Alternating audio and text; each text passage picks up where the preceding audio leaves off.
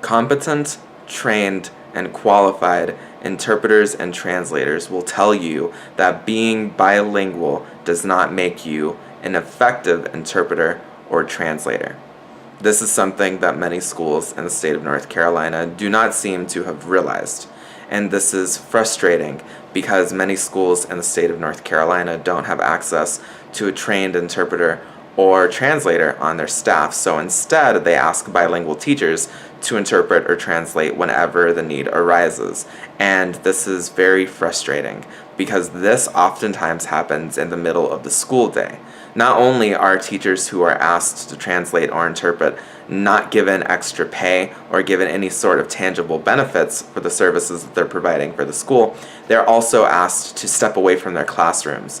They're also asked to take away from time that they had allocated for their students, and in some cases for their parents, or for planning, or for whatever else parents and teachers need during the day. And instead, they are asked to come in and interpret and translate for the school, which is not a teacher's job.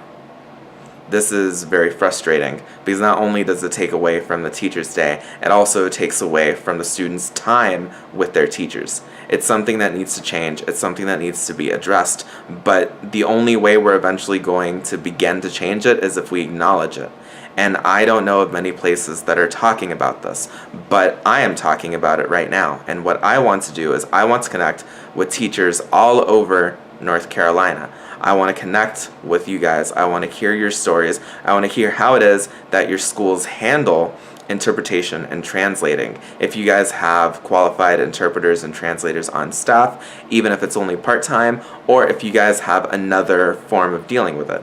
I eventually want to work with enough teachers statewide that we connect with legislators, and eventually that we craft policy together that helps significantly and meaningfully address this by creating more positions for interpreters and translators, and also by making it possible for more schools that are in need of interpreters and translators to hire them, and to give them jobs, and to give them real wages, and to take away that part of a teacher's job, which isn't in a teacher's job description and shouldn't have to be in a teacher's job description.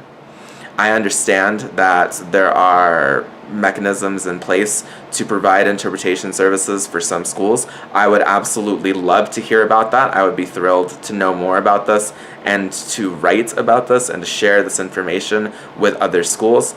But I also know that many schools don't have contingency systems in place and instead have just begun to depend on their bilingual teachers without having any serious conversations about ways to benefit those teachers for their services, and without really seeming to care that teachers are giving up time that they shouldn't have to in order to do this.